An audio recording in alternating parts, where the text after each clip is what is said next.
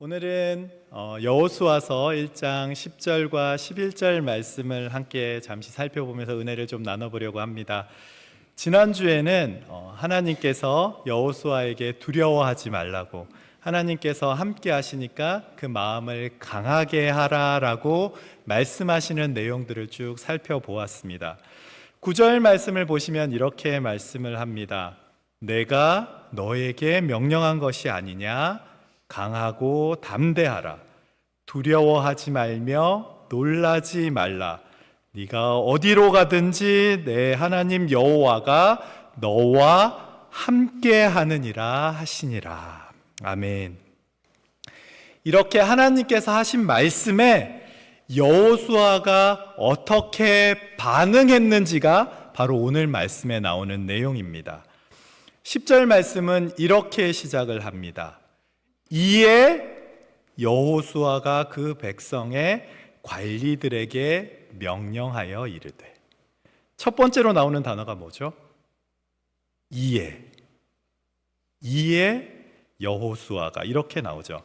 사실 이 이에라는 말은 히브리어 원문에는 없는 말입니다. 그런데 그 뜻을 좀 더 잘 설명하기 위해서 개역개정판 성경에 들어가 있는 말이죠. 원어의 의미를 살려서 이 부분을 해석해 보면 하나님이 말씀하시자마자 즉시 여호수아가 반응했다라는 의미가 있습니다. 저는 이렇게 하나님의 말씀이 선포될 때 이에 즉시 반응하는 것이 하나님이 기뻐하시는, 하나님을 기쁘시게 하는 사람들이 가진 성품 가운데 하나다라는 생각을 합니다. 왜냐하면 이렇게 즉시 반응하는 것이 충성과 연결되어 있기 때문에 그렇습니다. 여러분 너무나 잘 아시는 아브라함도 그랬습니다. 여러분 창세기 22장 2절 말씀을 보시면 하나님께서 아브라함에게 야 이제 이삭을 좀 바쳐라 라는 명령을 하시죠. 그러자 아브라함이 어떻게 했습니까? 창세기 22장 3절 말씀을 보면 이렇게 말씀을 합니다. 아브라함이 아침에 일찍이 일어나 나귀의 안장을 지우고. 여러분 이삭이 어떤 아들입니까? 100년 만에 얻은 아들 아니겠습니까? 보통 독자가 아니잖아요. 100년 만에 얻은 아들인데 하나님께서 이삭을 제물로 바치라고 하는 거예요. 만약에 제가 아브라함이면 아침에 일찍 안 일어납니다. 한 12시 넘어서까지 계속해서 자다가 한 2시쯤 돼서 슬쩍 일어나가지고 그래도 아들 얼굴 보고 계속 보고 그러면서 시간 보내다가 오늘 늦었는데 내일 가야지 이러면서 점점 시간을 늦출 것 같아요. 얼마나 귀엽겠습니까? 100년 만에 얻은 아들. 그런데 아브라함은 아침 일찍이 일어나 하나님의 명령에 순종하는 거죠. 여러분 마태복음 25장에 보면 여러분도 너무나 잘 아시는 달란트 비유가 기록되어 있습니다. 5달란트 받은 종과 2달란트 받았던 종은 주인에게 칭찬을 받고 1달란트 받았던 종은 밖에 내겨 쫓겨서 슬피 울며 이를 갈았다라는 내용으로 전개가 되죠. 그런데 여러분 이 5달란트 받았던 종과 2달란트 받았던 종이 칭찬을 받는데 그 칭찬을 받은 공통점이 있을 거 아니에요? 그 공통점이 무엇인지 아십니까? 그럼 마태복음 25장 16절과 17절 말씀을 보면 이렇게 말씀을 하시죠. 5달란트 받은 자는 바로 가서. 5달란트 받은 종이 어떻게 했냐면 바로 갔어요. 2달란트 받은 종은 어떻게 했냐면 2달란트 받은 자도 그같이 하여. 보십시오. 어떤 공통점이 있습니까? 주인의 명령에 주저하지 않고 즉시 순종하는 것이죠. 이렇게 즉시 순종했을 때 주인이 뭐라고 말을 했습니까? 잘하였도다 착하고 충성된 종아. 여러분 즉시 순종했을 때 주인이 뭐라고 얘기했다고요? 착하고 충성된 종이다 라고 말씀을 하고 있습니다. 지금 우리의 삶도 마찬가지다라는 생각을 해봅니다. 하나님께서 나에게 뭔가를 말씀하실 때 주저하거나 자꾸 뒤로 미루는 것이 아니라 즉시 순종하는 것이, 이것이 충성입니다. 그런데 저와 여러분의 문제는 무엇입니까? 우리는 봉사를 하겠다고 말을 합니다.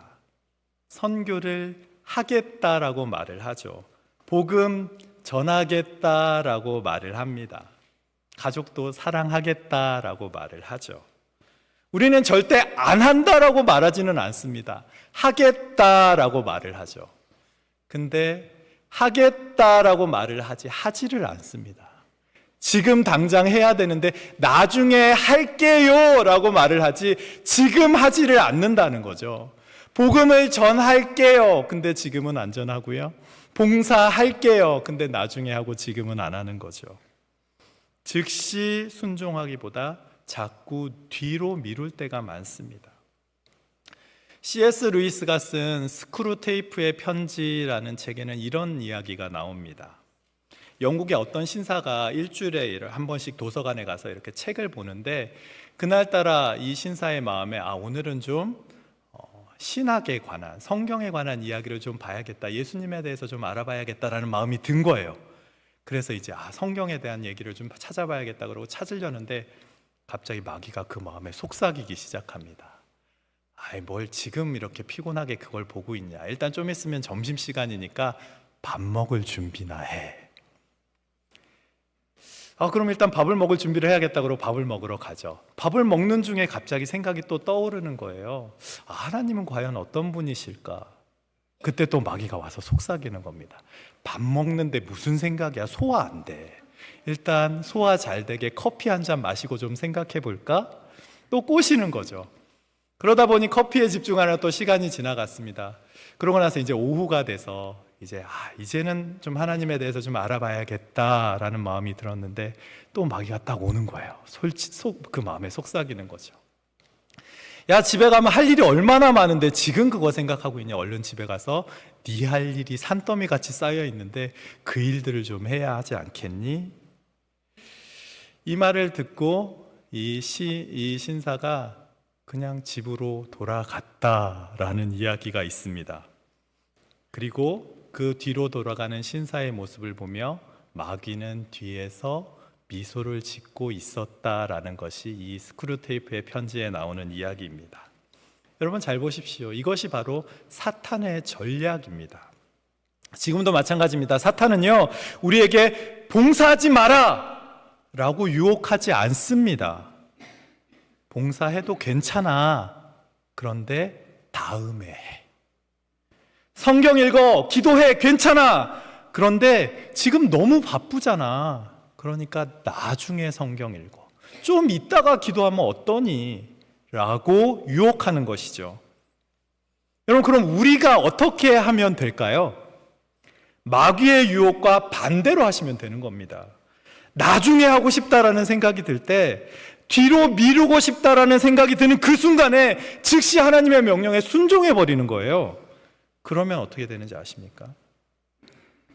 하나님께서 그 일을 이루십니다. 여러분 잘 생각해 보십시오. 하나님께서 저와 여러분에게 어떤 일을 맡기시는 이유가 뭘까요? 여러분 우리가 어떻게 고백합니까? 하나님에 대해서 우리의 머리털 하나까지 다 세시는 하나님, 그죠? 그렇게 고백하잖아요. 하나님께서는 나보다 나를 더 잘하시는 하나님이라고 고백을 하잖아요. 하나님께서는 전지하시고 전능하신 하나님이다라고 고백을 하지 않습니까? 그런데 그 하나님께서 우리를 다 아시는데 저와 여러분에게 뭔가 직분을 맡기셨다라는 거예요. 다 알고 맡기신 거죠. 그런데 하나님이 감당할 수 있다라고 말씀하면서 맡기는데 내가 못한다라고 하면 뭐가 되겠습니까? 그러니 여러분, 하나님이 이미 알고 맡기시는 거니까, 이미 그거에 감당할 수 있는 능력이 나에게 있음을 알고 계시니까 하나님께서 맡기실 때 즉시 순종해 보십시오. 그러면 우리가 일하는 것이 아니라 우리를 통해서 그분께서 일하시기 시작하십니다. 여러분 여호수아도 그랬습니다. 여호수아는요, 하나님의 명령에 즉시 순종해서 그 다음에 한 일이 뭐냐면 자기도 순종해서 백성의 관리들에게 명령하기 시작합니다. 그런데 여러분 명령은 아무나 할 수 있는 것이 아닙니다. 명령을 지키고 순종하는 사람이 다른 사람에게 명령할 수 있는 것이죠. 여호수아는 그런 사람이었습니다. 여호수아 스스로가 하나님의 명령에 절대적으로 순종하는 사람이었기 때문에 여호수아가 이스라엘 백성들에게 명령했을 때 그 명령에 힘이 있는 것이죠. 여러분, 리더는 항상 앞장서서 달려가면서 나를 따르라 라고 외치는 사람입니다. 그런데 리더가 돌격 앞으로 라고 하면서 자기는 뒤에 숨어만 있으면 그건 리더가 아니죠. 꼼짝하지 않고 숨어 있는 사람은 리더가 아닙니다. 내가 아는 대로, 내가 말하는 대로 살아내는 사람, 그렇게 살아내는 사람이 나를 따르라 라고 할 때 그 명령에 힘이 있는 거죠. 여러분, 바울도 그런 사람이었습니다. 빌립보서 3장 17절 말씀을 보시면 바울은 이렇게 고백을 합니다. 형제들아, 너희는 함께 나를 본받으라. 그리고 너희가 우리를 본받은 것처럼 그와 같이 행하는 자들을 눈여겨보라. 보십시오, 바울이 뭐라고 말을 합니까? 사도 바울은 담대하게 제 모습을 본받으십시오라고 담대하게 선포하고 있는 겁니다. 그 이유가 무엇일까요? 사도 바울은 표대를 향해서 달려가는, 부르심의 상을 향해 자신이 열심히 달려가고 있기 때문에 여러분, 내가 표대를 향해 달려가는 것처럼 여러분도 달려가십시오라고 명령하고 권면할 수 있었던 겁니다. 여러분, 예수님께서는 어떻게 하셨습니까? 요한복음 13장 14절과 15절 말씀을 보시면 이렇게 말씀을 하죠. 내가 주와 또는 선생이 되어 너희의 발을 씻었으니 너희도 서로 발을 씻어주는 것이 옳으니라. 내가 너희에게 행한 것 같이 너희도 행하게 하려 본을 보였노라. 아멘. 말씀하시지 않습니까? 여러분, 리더는 그래야 됩니다.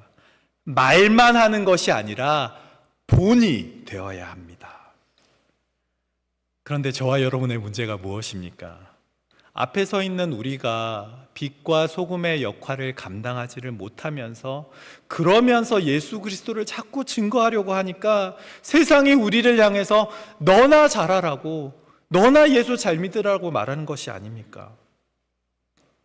구리야마 고마키라는 일본 작가가 배우와 정치인에 대해서 이렇게 비교한 것을 읽어본 적이 있습니다. 배우는 연기하는 사람들, 배우는 막이 내리면 모든 것이 끝나지만 정치가는 연설이 끝나는 그 순간부터 모든 것이 시작된다. 왜냐하면 그때부터 말한 대로 실천해야 되기 때문이다. 정치가들이 코미디언처럼 보이는 이유는 정작 이 뒷부분이 없기 때문이다. 참 그럴듯한 말이지 않습니까? 그런데 이 말은 가만히 생각해 보면 지금 우리 크리스찬에게도 동일하게 적용되겠구나라는 생각이 들 때가 있습니다. 우리가 예배를 드리고 이제 세상에 나가면 이제는 말씀대로, 믿음대로, 아는 대로 살아내야 하는데, 세상에 나가서는 전혀 아는 대로 살아내지를 못하기 때문에 지금 세상 사람들이 우리를 이렇게 조롱하는 것 아니겠습니까? 그래서 간디는 이런 말을 한 적이 있습니다. 나는 예수님을 좋아합니다. 그런데 나는 크리스천은 좋아하지 않습니다. 왜냐하면 당신들은 예수님을 닮지 않았기 때문입니다. 우리의 문제가 바로 여기에 있습니다.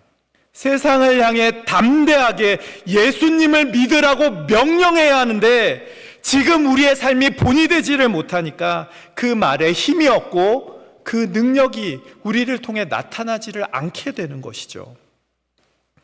근데 여러분, 처음 한국 땅에 복음이 들어왔을 때는 어땠는지 아십니까? 그 당시에 한국 땅에 처음 복음이 들어왔을 때 예수님 믿는 사람 1%도 안 됐습니다. 너무나 작은 숫자였죠. 그런데 그 작은 숫자의 사람들이 바로 믿고 바로 살았기 때문에 세상 사람들은 예수님 믿는 사람들을 두려워했어요. 그들의 정직한 모습이 사회 전체에 영향을 미치게 됐습니다.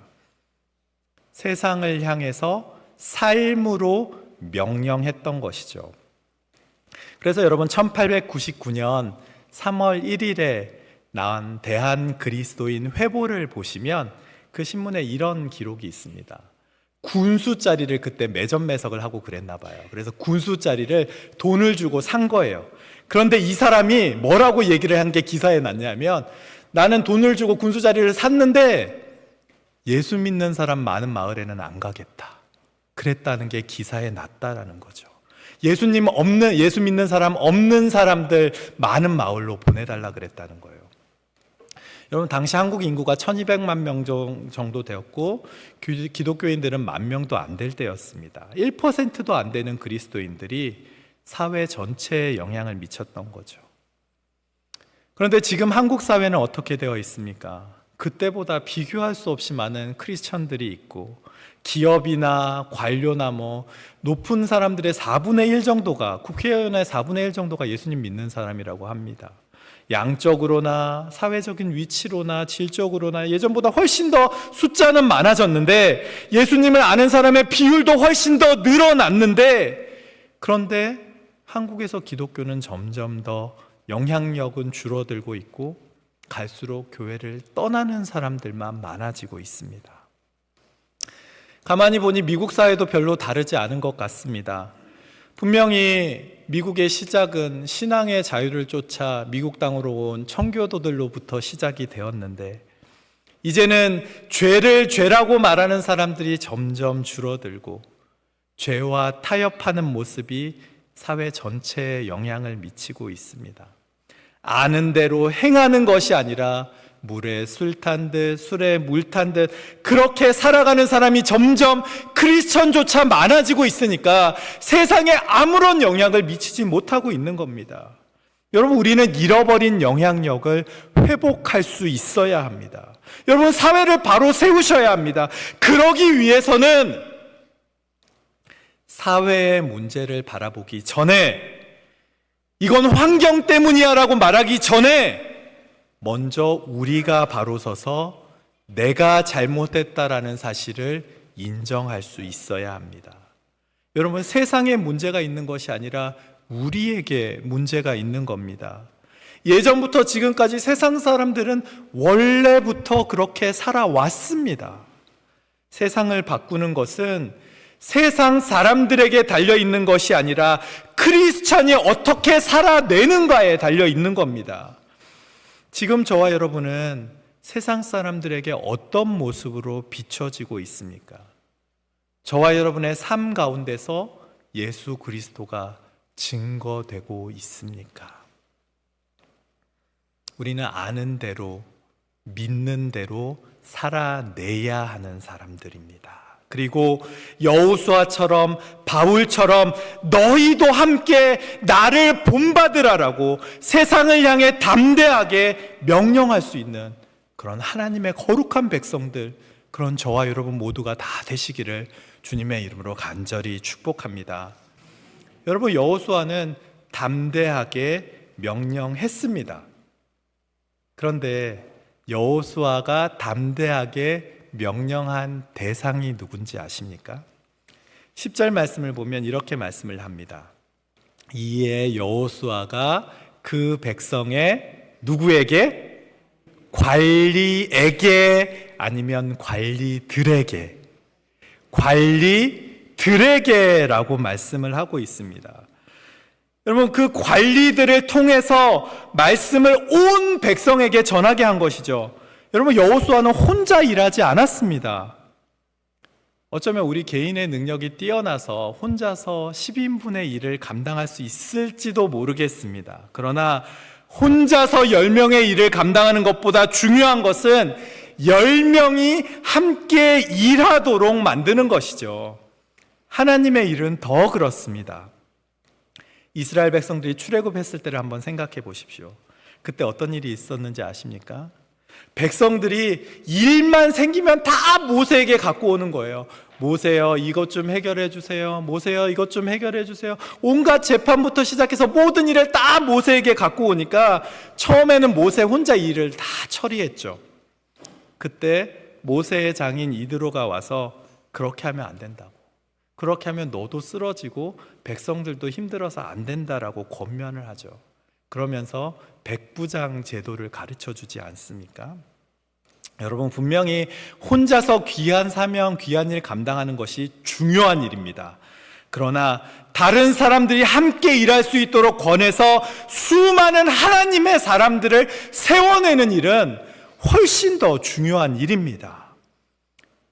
은혜 받는 것도 마찬가지다라는 생각을 합니다. 저는 거기다가 한마디를 더 붙이고 싶습니다.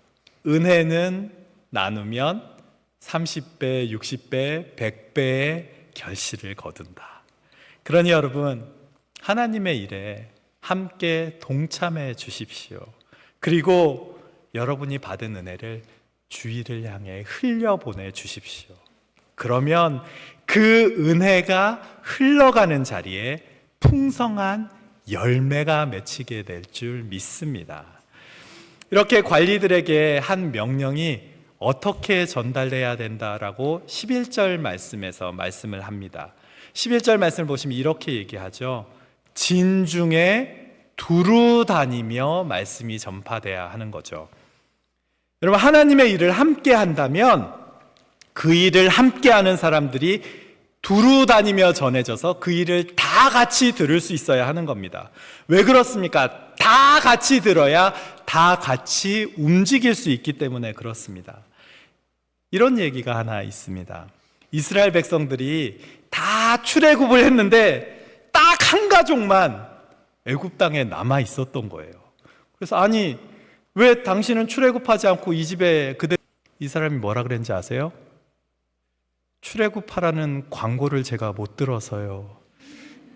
들어야 할 소리를 듣지 못하니까 혼자 남아 있는 겁니다. 여러분, 우리는 진중에 두루 다니며 전해야 합니다. 주님께로 돌아오시라고. 혹시 못 들어서 뒤처지는 사람이 없도록 모든 사람에게 진중에 두루 다니며 복음을 전해 주십시오. 못 들었기 때문에 은혜에서 뒤처지지 않게 모든 사람에게 은혜와 사랑이 골고루 들리는, 그래서 함께 다 같이 듣고 함께 그 길을 걸어가는 사랑하는 중앙교회 공동체가 다 되시기를 주님의 이름으로 간절히 축복합니다. 이렇게 관리들을 통해서 진중에 두루 다니며 백성들에게 전했던 내용이 무엇입니까? 우리 11절 말씀 이번에는 다 함께 읽어볼까요? 함께 읽겠습니다. 시작. 진중에 두루 다니며 그 백성에게 명령하여 이르기를 양식을 준비하라. 사흘 안에 너희가 이 요단을 건너 너희의 하나님 여호와께서 너희에게 주사 차지하게 하시는 땅을 차지하기 위하여 들어갈 것임이니라 하라. 아멘. 여러분, 관리들이 진중에 두루두루 다니며 전한 명령이 무엇입니까? 양식을 준비하라라는 명령이었습니다. 여호수아가 백성들에게 내렸던 첫 번째 명령은 다른 것이 아니라 준비하는 것이었습니다. 우리가 잊지 말아야 하는 사실도 바로 여기에 있습니다. 믿음은 준비를 하나도 하지 않고 하나님의 기적을 바라는 것이 믿음이 아닙니다. 믿음과 준비는 함께 가는 것이죠. 그래서 잘 믿는 사람은 더 철저하게 준비하는 사람입니다. 여러분, 혹시 이희야라는 자매에 대해서 들어보신 적 있으십니까? 이 자매가 피아니스트입니다. 피아니스트인데 손가락이 4개밖에 없습니다. 근데 한 손에 손가락이 4개씩 있는 것이 아니라 두 손을 합해서 4개밖에 없습니다. 그러니까 손에 두 개, 이렇게 손가락이 2개씩밖에 없는 거죠. 그리고 그 선천성 장애로 인해서 키가 108cm밖에 안 돼요. 허벅지 밑으로는 다리가 없습니다. 그런데 이 자매가 연주하는 곡을 들어보면 너무 아름다운 거예요. 그래서 어떻게 이렇게 손도 없고 다리도 불편한데 연주를 잘할 수 있을까 찾아봤더니 이 자매가 하루에 10시간씩 연습을 했다는 거예요. 피아노를 잘 치기 위해서 피나는 연습을 하는 시간이 있었기 때문에 피아노를 잘 칠 수 있었던 것이죠. 여러분, 오해하지 마십시오. 믿음은 손가락 2개를 가진 사람이 아무런 준비 없이 잘 치게 되는 것이 믿음이 아니라, 하나님이 함께 하시면 내가 비록 손가락이 2개밖에 없지만 잘 연주하게 될 것을 믿고 최선을 다해서 준비하고 나아가는 것, 그래서 하나님을 바라보며 그 일을 해내는 것이, 그게 믿음의 걸음입니다. 여러분, 세상적인 준비만 그런 것이 아닙니다. 이 땅에서 삶만 그렇게 준비하는 것이 아니죠. 우리가 이 세상을 떠나 영원히 거할 나라를 위해서도 우리는 준비해야 합니다. 철저하게 준비하셔야 하는 것이죠. 우리는 끊임없이 말씀을 묵상하고 끊임없이 기도하면서 영적인 준비를 해 두어야만 합니다. 그런데 만약 이런 영적인 준비 없이 우리가 시간을 보내면 위기 상황이 닥쳐왔을 때 어떻게 되는지 아십니까? 다 쓰러지고 넘어질 수밖에 없습니다. 여러분, 혹시 이런 생각 해보신 적 있으세요? 내가 정말 한 번쯤은 예수님을 위해서 멋지게 섬길 거야. 내가 한 번쯤은 주님을 위해서 놀라운 결단을 할 거야. 어쩌면 내가 한 번쯤은 순교도 할 수 있을지 몰라. 여러분, 평소에 철저하게 준비되어 있지 않으면 그 한 번이 절대 되지를 않습니다. 우리가 어느 날 갑자기 손흥민 선수처럼 멋진 골을 넣을 수 있는 게 아닙니다. 우리가 어느 날 갑자기 김연아 선수처럼 멋진 점프를 할 수 있는 게 아닙니다. 제가 예전에 김연아 선수 인터뷰를 이렇게 좀 본 적이 있어요. 그 기사에 이런 말이 있더라고요. 김연아 선수가 한창 피겨 선수로 이렇게 열심히 활동을 할 때 1년에 점프를 한 3,000번 정도를 했다고 해요. 그런데 그 점프의 성공률이 몇 %인지 아십니까?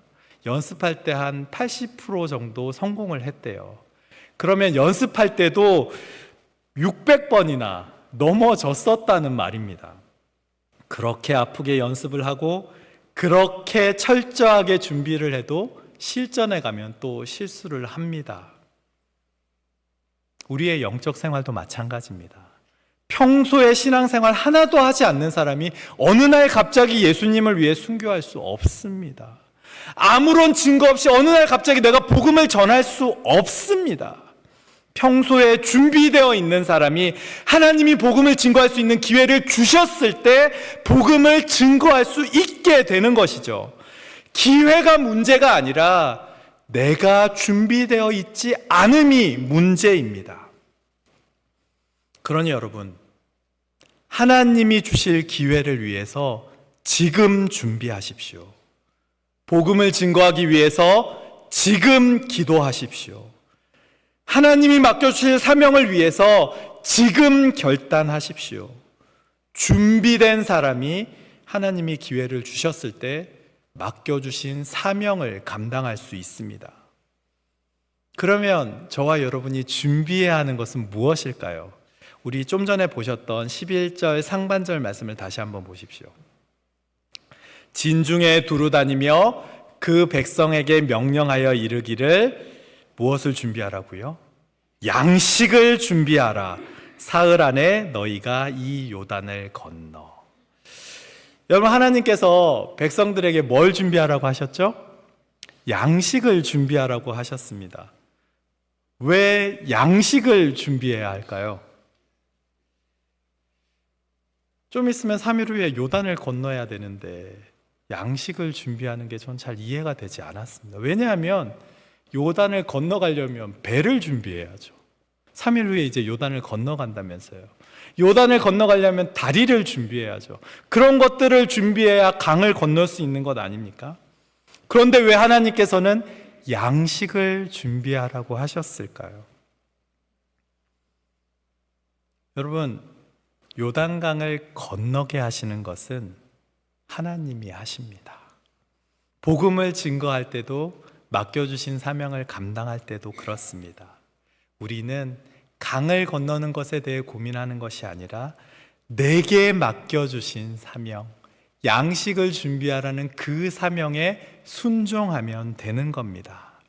그런데 때로 우리는 어떤 염려를 하고 있습니까? 과연 내가 잘할 수 있을까? 과연 내가 전하는 이 말씀이 믿는 사람, 이 말씀을 듣고 사람들이 믿을 수 있을까?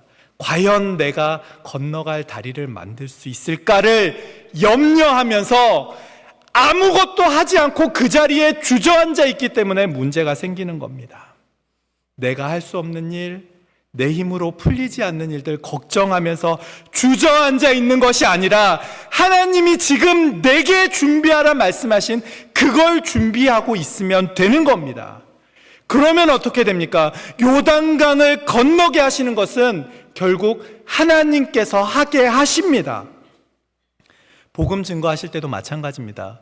여러분, 그 듣는 사람의 반응을 염려하며 복음 전하기를 두려워하지 마십시오. 하나님께서 그 일 가운데 이루실 것이 있습니다.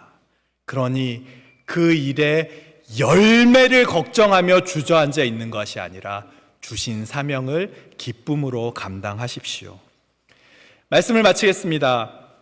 여호수아가 하나님의 말씀에 즉시 순종하고 담대하게 명령해서 온 이스라엘이 함께 요단강을 건너가는 것을 준비했던 것처럼 저는 오늘 저와 여러분도 내 능력을 바라보면서 주저앉아 있는 것이 아니라 사흘 뒤에 요단을 건너 가나안 땅을 점령하게 하실 하나님을 바라보시기를, 소망을 품고 오늘 하루를 충성스럽게 살아가시기를, 그래서 매일 살아가는 우리의 삶을 통해서 하나님이 이루실 놀라운 영광을 경험하는 그런 저와 여러분이 되시기를 주님의 이름으로 간절히 축복하고 기도합니다.